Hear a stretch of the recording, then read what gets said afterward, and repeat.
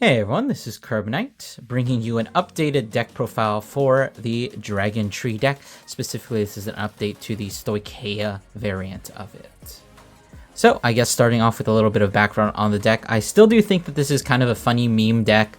It does do funny things, and haha, grade 10. Wow, that's really great. But honestly, I don't really think this deck can compete. We did actually get quite a bit of support in set 10, kind of indirect support. The mask stuff actually does a lot to actually improve the viability of this deck, but you're talking about bringing the viability from like an F tier to an E tier, so it's still not very good. It's just a little bit more consistent. So let's go ahead and get started with the deck profile.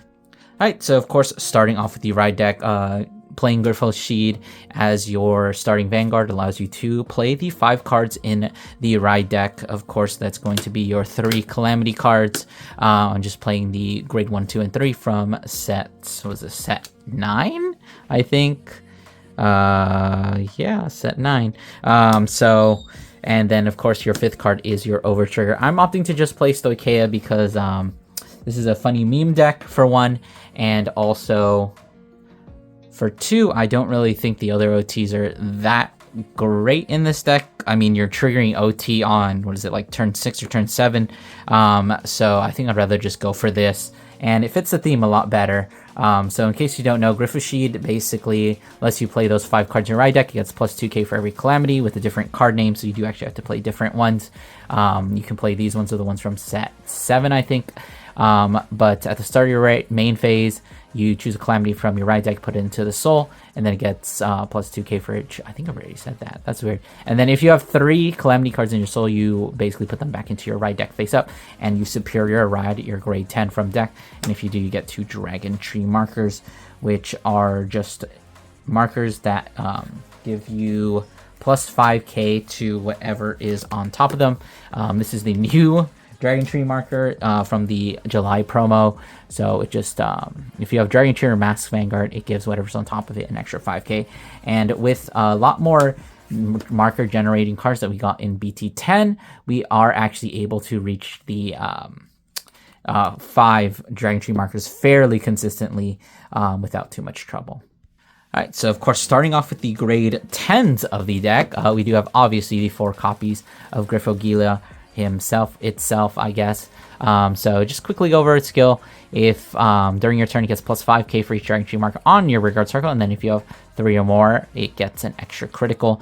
So before, it was actually difficult to get to that 3 or more because you get 2 from superior riding him from deck, and then you would have to draw into one of the Dragontree wrenches in order to actually get that 3rd one. But now we do actually have a 2nd Dragontree wrench to make a Dragontree marker, and we do also have a searcher that searches both your wrenches as well as your Persona ride. So things are a little bit more consistent, but it doesn't really mean that it's that much more viable. So you're pretty much always going to be able to swing with this from your first grade 10 turn, I guess. And then it does also have the ability when it attacks a Vanguard, you banish a face-up Calamity card from your ride deck, and then if you do not remove a card, you choose a Overtrigger from your ride deck, you reveal it, activate all the trigger effects and additional effects, and then you stand all of your regards with a Dragontree marker. You still have obviously issues getting to that point because you have to wait until your turn 3, and then you have to swing 4 times after that. So that's 7 turns in order to actually activate your Overtrigger, and in that time you don't have Overtrigger in the deck, you can't really rely on hitting it. So actually being able to get to that turn 7 does not happen very often, but if it does, it is actually very funny and will almost always, well, I shouldn't say almost always win you the game, because it really won't all the time, as you probably saw in the videos, the fight videos that I posted. But it is there and is very funny. Alright, so I guess going on to the grade 3 cards, we are just playing 2 copies of the mask as our order, because in case you don't know, this card actually has a first effect where you look at the top 5 cards of your deck, you add a unit card with either Dragontree or masks in its card name from among them, you put into your hand, and then you shuffle your deck, which means this card is actually able to search both of your Dragontree wenches, which are your ways to get Dragontree markers, and it actually can also get you extra copies of Persona Ride. It does also have this other skill that is only active when you are using masks. Well, obviously you can't use it in this deck because we don't play any masks, and I don't think we can even re-ride because we're at grade 10. Alright, so next up, the new support card from set 10. We do have the Grade 2 Dragontree Wrench, the Depth. So we saw this card in the Leonore deck profile. So when he's placed on rear, you counterblast Soul Blast 1, choose one of your rear guards without any Dragontree markers, and you put a Dragontree marker there. Then you got to search your deck for the Mask of Hydreigon, reveal it, and put it into your hand and shuffle your deck. So not only does this card deck thin you when your deck is technically only 35 cards, you draw your 5 for turn, you're at 30, and then you draw for turn, you're at 34. So you do deck thin even more than that, and this is a target for the Mask of Hydreigon that you search out anyway. So you're compressing the deck fairly well in this deck. So it's pretty good, and it does also give you that Dragontree. So now you have 8 cards in the deck that actually can produce that Dragontree marker. And considering your deck is already a little bit thinner than everyone else's, you do actually hit it quite a bit more often. So very good new card for the deck. Alright, so next up, we're getting into some of the cards that I would have never thought to put in during the first Dragontree introduction in BT, was that 9 or something? It might have been, yeah, set 9. So anyways, we have this dude, Spry Cactus. So if he is on a rear guard with a Dragontree marker, he gets boost and he can intercept from the back row, which is insanely funny. If you remember from my last deck profile, I was opting to play the Shadow Cloak variant with the 2 order cards, but now that we actually have a little bit more consistency, I think that it's fine to actually start playing Dragontree support cards. And I decided that this was probably the best of the 3 because it is a 10k booster, which lets you hit better numbers, and it does also shield. So if you commit this to your back row rear guard, it's not that hard to get your back row filled up. You can actually just commit it. It's a 10k booster that can also doesn't lose its shield value. So a booster that is still shield is still pretty good in the deck, especially since you are very much struggling for shield in this deck. Alright, so next up we have a card that is kind of here just for a little bit of extra pressure while we wait until get to turn 7. That is actually 4 copies of Tideline Dragon. So Tideline Dragon, we featured him in, I think, a couple of Maelstrom profiles and Leonore herself. But if you persona this turn, Soul Blast 1, choose one of your units, that unit in this unit get plus 10k. So this is a little bit worse than Leonore because most of the time you'll have only 1 soul available unless you draw into another one of the cards. But, you know, if you Persona Ride, you're always going to have that 1 extra soul, so you can at least use 1 Tideline, and then that 1 Tideline is always going to be on a Dragontree marker, and is probably going to be getting boosted by something else that is on a Dragontree marker.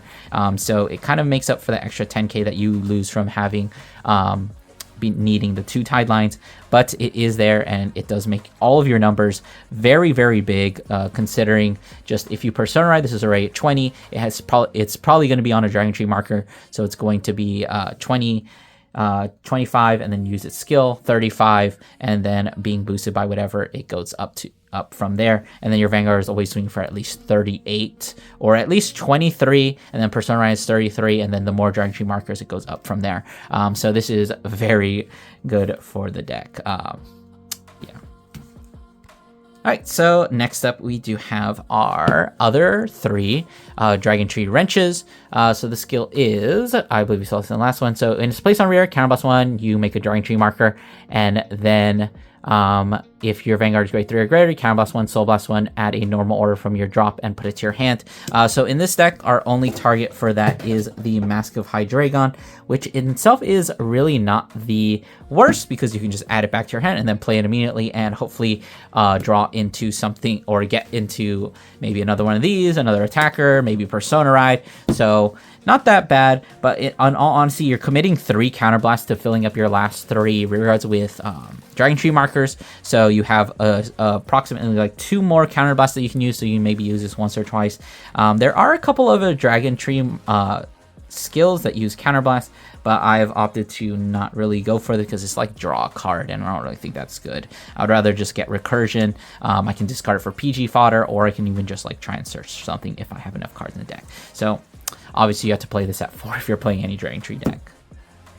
Alright, and so another card that is still left over, one of the few that is still left over from the last deck profile, is the 4 copies of Burrow Mushrooms. So he is a very cool card. You slide him into Soul, and then you call 2 plant tokens to the rearguard circle. So he is a 2-card body, and do note that if your tokens are on Dragontree markers, they do become 10Ks. So even in a pinch, they do make for pretty decent attackers or boosters, a little bit more than would be normally available. But the main reason we're playing this card is that he actually gives you extra soul. It means that you can search for 2 Mask of Hydreigons in a single turn, because when you do ride into the Dragontree Gryphogila, you do only have 1 soul, so this gives you that 1 extra soul that you can actually use the grade 2 Dragon Wrench's skill more than once. And then of course you do also need it in order to actually activate Tide Lines. You need the soul to activate the Buffalo skill. So this card is just overall very versatile, even if it is just like a 1 card to soul kind of card. Alright, so just rounding out a lot of the generics. For PGs, you cannot play Elementaria in this deck because you are a grade 10 deck. So that's why we're obviously just playing the 4 PGs, just regular ones. For crit, I'm actually playing Rainbow right now. For crit, for front, honestly, this should probably be the Alanas, the Soul-in crits. Probably better there, especially since we do have some soul issues in the deck. I just thought of that right now. We are playing the 3 draw triggers and then the 4 front triggers. Obviously, we can only play 15 triggers in the main deck. Right now, I'm just playing Rainbow because shield value, you need to draw into combo pieces, and then you want pressure. But in all honesty, you could probably just go full 8 crit to draw, or 2 front, because fronts are always live because you're always swinging with your Vanguard first. But I think just like playing Rainbow right now is totally fine. The trigger lineup is kind of like up to your preference. I mean, this is for a fun deck. You can play whatever you want. It doesn't really matter that much. Alright, so since the deck has changed just a little bit from before, we can go ahead and do a quick test hand.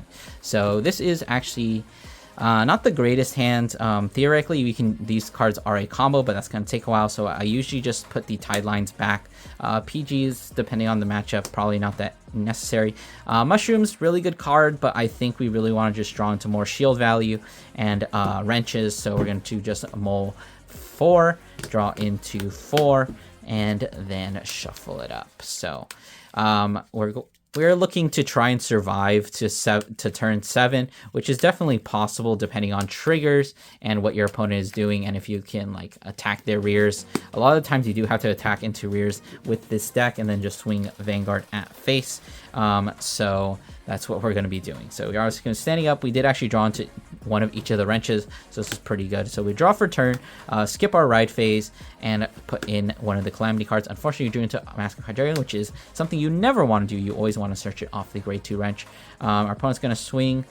We do actually want 2 counterblasts, so we're probably just going to be taking this one. Unfortunately, damage light, checking a Tide Line, but that is totally fine. Draw into the Cactus, which is pretty good because we can use that next turn. We put in another thing, swing for 10, drive check into nothing, a Mushroom, another good card. And so things are looking pretty decent for our first grade 10 turn. Our opponent's going to swing. We probably want the damage, so we're going to take it, get into a draw trigger, and then now we can actually do things because we draw for turn, and then we put a card into Soul, and then since we have 3, we just put them back into the Ride deck and Superior Ride the Gryphogila. So now we can actually start doing quite a few things, but before we do that, we do actually have to get our Dragontree marker, which we're going to put here, and let me actually get the other July promo one. Put them into the front row because obviously we are going to be using the front row rear guards, and then obviously we want to start off by deck thinning. Counterblast 1, Soul Blast R1, Gryphosheed, and then we can technically make a marker first, and then we search out our last copy of Mask of Hydreigon into our hand. Just shuffle up the deck real quick. And then we can theoretically, we could get all of our Dragontree markers in a little bit. We go ahead and just play the Mask of Dragon. We have a pretty high chance of actually hitting something off that. Looks like we hit a Persona Ride, which we could theoretically add, and I think we will, just because in case we are going to be trying to last as long as possible. So drawing into as many Persona Rides makes your attacks hit that much bigger, and with that much more pressure, where it's mostly just calling for a PG, and then if they do PG the Vanguard, you can always just damage deny after that. Probably just going to call a Buffalo, committing our second counterblast to give another Dragontree marker to the other rear guard. So in this situation, we can just call out the Mushroom, put him into Soul, so we call 2 more plant tokens. And then, since we want to call another attacker, probably just going to be calling the Cactus just to be that attacker. So we do have the 4 Dragontree markers. So unlike before, you do have a lot more consistency in actually hitting that 3. So we're going to be swinging 13 plus 5 is 18. 18 plus 10 is going to be 28, 38 with 2 damage. Drive check 1, a front trigger. Drive check 2, a Burrow Mushrooms. Not going to be super impactful, but we do get a lot of power. So if we're swinging at rears, it's going to be difficult to guard. This is going to be 15, 25, 35 with the front. And then this is going to be 18, 28, 38 with the front. So we are actually able to swing for pretty decent numbers, even on our first grade 10 turn, and hit with some damage from the Vanguard. So let's say we take another damage, a front trigger. That'll make things much easier. Probably just keep everything on board, maybe even guard with like a Mushrooms now that we got a defensive. And then we just go into our next turn. Oh, we are actually supposed to, don't forget to banish your ride deck face up, because you do actually need to do that. That is not an optional effect, right? Yeah, it is a mandatory effect, so that has to happen. So we draw for turn, Persona Ride, draw, we draw into a Tide Line, meaning that we probably just use our Mask of Hydreigon once again to check the top 5, actually hitting, and then just going to be adding that to hand. And so in this situation, we didn't know we would get the Tide Line, which is why I didn't actually intercept with either of these units. So we're just going to be retiring that to call down the Tide Line, and then I think we're just going to retire the plant token and then counterblast 1 to get our last Dragontree marker. So we put that there, and so now we can use Tide Line, Soul Blast, 10k and 10k. So now we're hitting very, very big numbers. This would be 13, 23 with the boost, 33, 43, and then 48, Persona Ride 58 for 2 damage, banish a Calamity card, drive check 1, drive check 2, front trigger, plus 10k of the front, and then these columns are actually the exact same, where this is 18, 28, 38 with skill, 48 with Persona, and then 58 with the front trigger. So that's 58 and 58 at the Vanguard or at rear guards. So you can actually manage to amass quite a bit of power with this deck if everything goes right, if everything happens like it's supposed to, but most of the time it won't, and you will just cry. Alright, so that's going to do it for my deck profile. I hope you guys enjoyed. If you decide to build the deck yourself, do remember that you're playing the deck to have fun and that you're not really playing it to win. But if you do manage to actually activate OT, then that will be pretty hype. So anyways, that's going to be it for me. I hope you guys enjoyed. Don't forget to do all these things, like, subscribe, and I'll see you guys in the next one.